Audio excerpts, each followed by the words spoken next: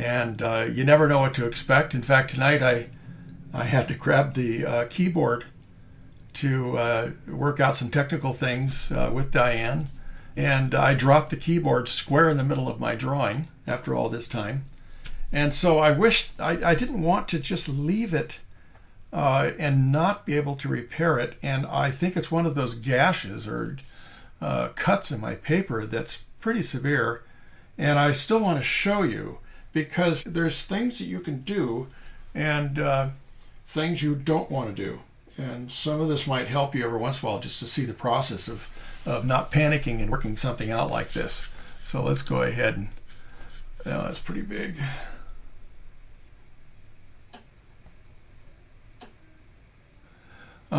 Maybe I can go ahead and utilize this being bigger right here. It seems like it's not as sharp as it should be, though. Here is my gash, what's left of it. I tried to work it. See, it's going right across there. It probably depends on the direction of lighting. Yes, look at that. It's getting more intense. That's because it's deep and it's casting a shadow in that recess. And so I've tried to figure out, now what am I going to do to lessen that? I've taken a stylus, and often I'll just go ahead and use something like a paintbrush and make sure it's nice and smooth on the back. And I will push out that part of the dent. And you may not be able to see it. I don't know. Can you? Maybe you can. I can see it because I know what I'm doing. But I'm running this stylus, or the end of the paintbrush, all over the back of my drawing, and so you can kind of see where it makes a little change in the reflection.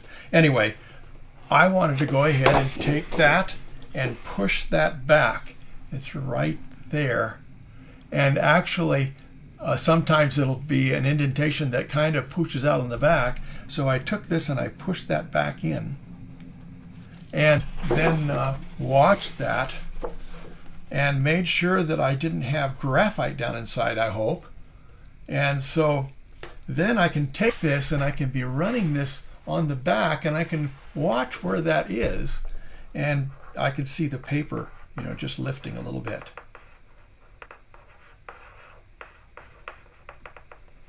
Can you see that mark moving? No, you probably can't. Pushing it back out towards me. Now, I obviously don't want to get carried away and have it become something that's going to be going through my paper. So it depends on how deep the cut is, or the dent. And then I want to make sure that I don't have graphite making some of the dent even darker. So in a little bit, I'm going to have maybe added a little, almost like a camouflage, so that darkness maybe gets absorbed into some of the other value. But I can't go too dark there because I don't want that to be a very dark place in my drawing.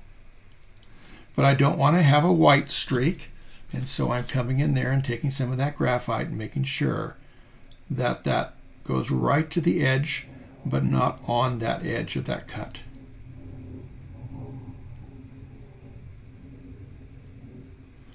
And I know that a lot of you have had accidents happen, and it gets pretty discouraging. But try to go about it with a positive attitude, because there are a number of things you can do, and if nothing else, lessen it. And then the other trick is, don't go to people and say, look at that right there. I had a problem, because that's what they're going to see. And then if you turn this around and get it from different angles, as far as the light direction is concerned, then you can lessen that, maybe make a happy medium. You find that maybe it's a little too dark. Your drawing is a little too dark right there because the light is catching it wrong. But this is probably the way it's going to be presented. And I will have some other hairs now to possibly take across there so that it'll kind of diffuse that a little bit, take the focus off of it.